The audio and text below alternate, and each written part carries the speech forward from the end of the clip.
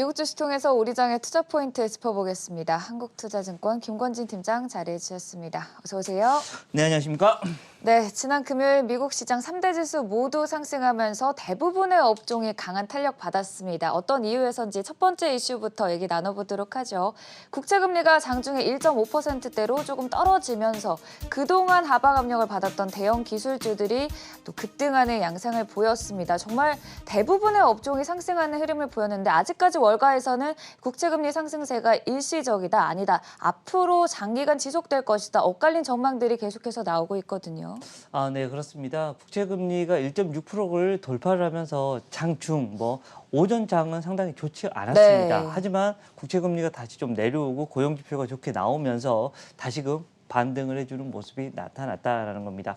분위기는 어떤 분위기냐면 다시 십자봉이 나타나면서 어떤 위쪽으로 다시 상승 쪽으로 턴을 하는 게 아니냐라는 이런 분위기가 관측이 되고 있다라는 겁니다. 지난주에 상당히 좀 좋지 않았었죠. 미국 시장뿐만 아니라 우리나라 시장 같은 경우도. 근데 이 흐름이 조금은 다시 누그러질 수 있는 모습이 나타나는 게 아니야라는 이런 이야기를 해드릴 수 있을 것 같고요. 고용지표에 대한 이야기, 인플레이션에 대한 이야기, 국채금리에 대한 이야기는 계속해서 나타나 줄 수밖에 없다라는 얘기를 해드리겠고, FED 쪽에서 가장 중요시 생각하는 지표가 결국은 바로 고용 지표다라는 거 여러분들께 다시 한번 얘기해 드리겠고요. 인플레이션이다. 이 두 가지 요소를 계속해서 가지고 이야기를 해 드셔야 되고, 이번 달 17일 날 FED 회의가 다시 열리는데 거기서 어떤 이야기가 나오냐에 따라서 다시 한번 이야기가 흘러갈 수 있을 것 같다. 즉, 그 전까지는 조금 박스권의 모습이 계속해서 당분간은 이어질 수 있다는 거 얘기를 해드리겠고요. 하지만 오늘은 좀 방긋 웃을 수 있는 오늘 하루가 될 수 있지 않을까라는 얘기를 해드리겠고요. 기술주 대표적인 주자 바로 네이버, 카카오에 대한 이야기 계속해서 해드릴 수 있을 것 같습니다. 네, 17일 FOMC 발표 이전까지는 당분간은 박스권 움직임에 대한 말씀을 해주셨는데요. 그래도 일단 지난 금요일 미국 시장에서는 정말 대부분의 대형 기술주들이 상승했습니다. 이 테슬라만 빼고인데요. 화면을 통해 한번 살펴봐도 대부분의 업종이 상승한 가운데 테슬라 3% 하락했습니다.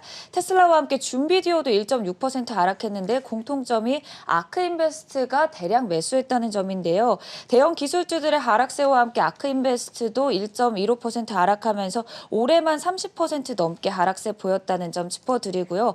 반면 테슬라가 또 투자에 참여했던 비트코인은 5만 선을 다시금 회복했다는 점도 함께 짚어드리도록 하겠습니다. 두 번째 이슈로 넘어가 보도록 하죠. 글로벌 D램 시장에 대한 얘기를 해보도록 할 텐데요. 마이크론이 2분기까지 실적 전망치를 상향하면서 글로벌 D램 시장, 이 D램 시장으로의 개발에 박차를 가하겠다, 대대적인 투자를 하겠다는 입장을 밝혔거든요. 그러면 우리가 또 생각해봐야 될 지점이 삼성전자, SK하이닉스에 대한 실적에 대한 기대도 같이 가는 부분인데요. 어떻게 보시나요? 네, 그렇습니다. 마이크론의 긍정적인 소식이 들리면 우리나라는 많이 웃을 수 있습니다. 삼성전자, SK하이닉스가 있기 때문이죠. 우리나라 전 세계 우리나라의 시총 1, 2위 업체라는 거 여러분 잘 알고 계실 거다라는 생각을 할 수 있습니다. 지금 수요와 공급이 조금 지금 엇갈려져 있다라는 거 얘기를 해드리겠습니다.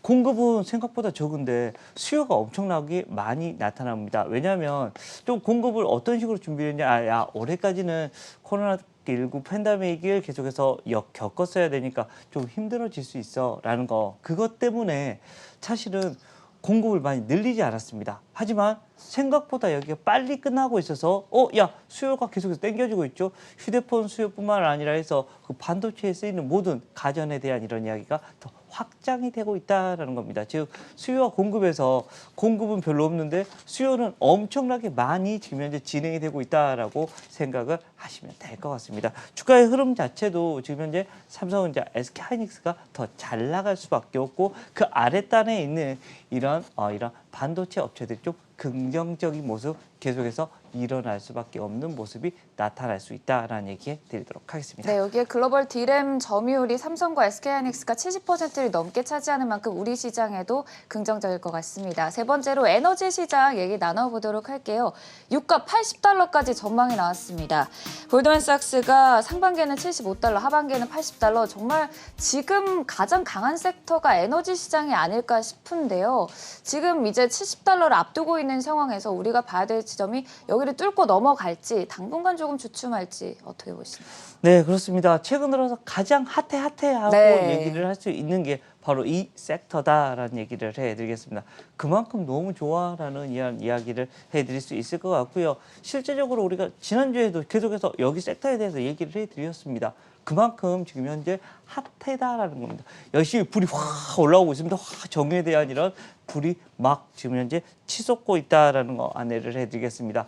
지금 60달러대인데 혹시나 이제 WTI나 이런 게 70달러가 넘어가는 순간 이쪽 라인 한 번 더 점프업이 가능할 것이다라는 겁니다.